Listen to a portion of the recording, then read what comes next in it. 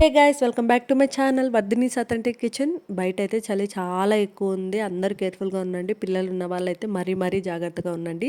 తెలిసిన విషయమే, వాళ్ళకి కోల్డ్ కాఫ్ వచ్చిందంటే త్వరగా తగ్గదు, మనమే బాధపడాలి. సో ఇప్పుడే కేర్ఫుల్గా ఉంటే బెటర్ అని చెప్తున్నాను. ఈరోజు మన ఛానల్లో హెల్తీగా పెప్పర్ చికెన్ కర్రీ ఎలా చేసుకోవాలో చూపిస్తాను. సో ఈ చలికి వేడివేడి అన్నంలో తింటే చాలా అంటే చాలా బాగుంటుంది. సో ఇప్పుడైతే ప్రాసెస్లోకి వెళ్ళిపోదాం. నెక్స్ట్ ప్యాన్ పెట్టుకొని సరిపడా ఆయిల్ వేసుకొని హీట్ చేసుకున్నాక అందులోకి 1 ఇంచు చెక్క, 1 యాలకు, 2 లవంగాలు వేసుకుంటున్నాను. మీరు కావాలంటే కొంచెం ఎక్కువ కూడా వేసుకోవచ్చు. ఇందులోకి కొంచెం కరివేపాకు వేసుకొని ఒక 1 మినిట్ ఫ్రై చేసుకున్న తర్వాత మీరు తీసుకునే చికెన్ క్వాంటిటీకి తగ్గట్టు ఆనియన్స్ అనేవి ఇలా చిన్నగా కట్ చేసుకొని వేసుకోవాలి. నేను తీసుకునేది 1/2 కేజీ చికెన్ కాబట్టి 3 మీడియం సైజ్ ఆనియన్స్ అనేవి సరిపోతాయి అన్నమాట. ఇందులోకి 2 పచ్చిమిర్చి వేసుకొని ఆనియన్స్ అనేది బ్రౌన్ కలర్లో వచ్చేంత వరకు మీడియం ఫ్లేమ్లోనే ఫ్రై చేసుకోవాలి. ఆనియన్స్ సగం ఫ్రై అయిన తర్వాత ఇందులోకి కొంచెం కొత్తిమీర వేసుకొని పచ్చివాసన పోయేంత వరకు కూడా ఆయిల్లో మగ్గించుకోవాలి. ఆనియన్స్ అనేది సగమే ఫ్రై అయి ఉంటాయి కాబట్టి పూర్తిగా బ్రౌన్ కలర్ వచ్చేంత వరకు కూడా ఫ్రై చేసుకోవాలి. ఆనియన్స్ని ఇలా బ్రౌన్ కలర్లో ఫ్రై చేసుకున్న తర్వాత ఇందులోకి ఒక పెద్ద స్పూన్ అల్లం వెల్లుల్లి పేస్ట్ వేసుకొని పచ్చివాసన పోయేంత వరకు కూడా ఆయిల్లో ఫ్రై చేసుకోవాలి. పెప్పర్ కర్రీ అనేది చాలా సింపుల్ ప్రాసెస్లో ఉంటుందన్నమాట. సో వీడియోని అయితే ఎక్కడ కూడా స్కిప్ చేయకుండా లాస్ట్ వరకు చూడండి. అండ్ ఎవరైనా ఫస్ట్ టైం చూస్తున్నట్టయితే సబ్స్క్రైబ్ చేసుకొని పక్కన బెల్ ఐకాన్ క్లిక్ చేసేయండి.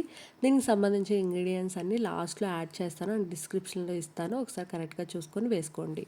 అల్లం వెల్లుల్లి పేస్ట్ పచ్చివాసన పోయిన తర్వాత వాష్ చేసి పెట్టుకున్న చికెన్ని యాడ్ చేసుకోవాలి. అండ్ ఇందులోకి కర్రీకి సరిపడా సాల్ట్ అనేది ఇప్పుడే వేసేసుకుంటున్నాను.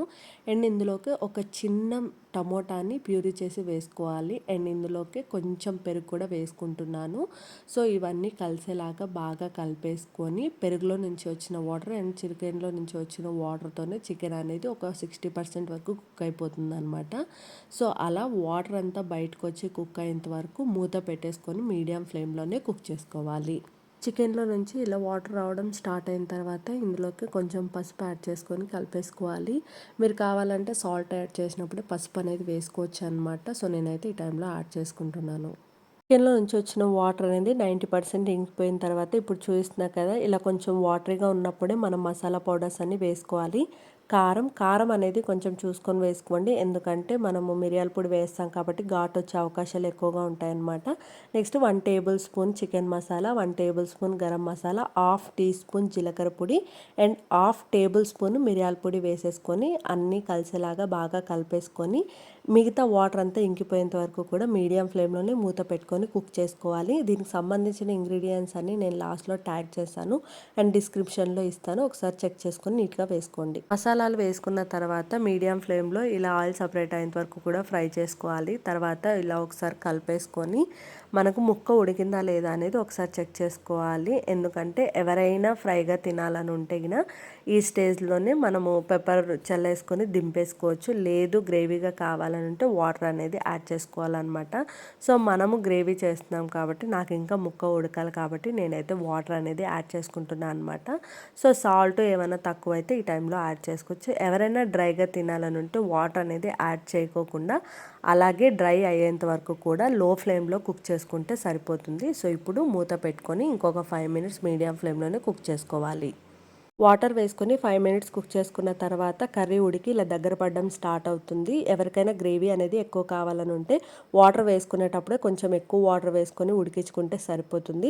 అండ్ ఇలా ఉడికి ఆయిల్ సపరేట్ అవుతున్నప్పుడు మనము ఇంకొక 1/2 టేబుల్ స్పూన్ మిరియాల పొడి వేసుకోవాలి.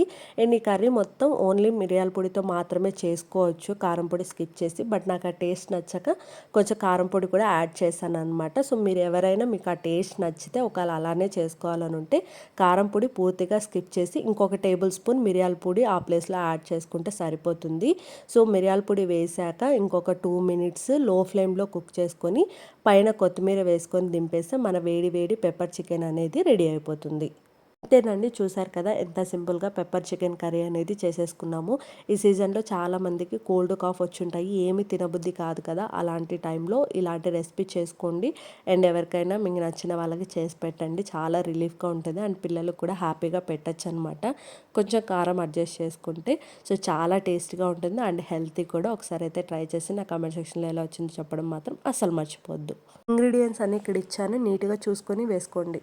ఏవైనా రెసిపీస్ కావాలంటే కామెంట్ సెక్షన్లో అడగండి. Thank you for watching. ఈ వీడియో కానీ మీకు నచ్చినట్లయితే like, comment, share and subscribe.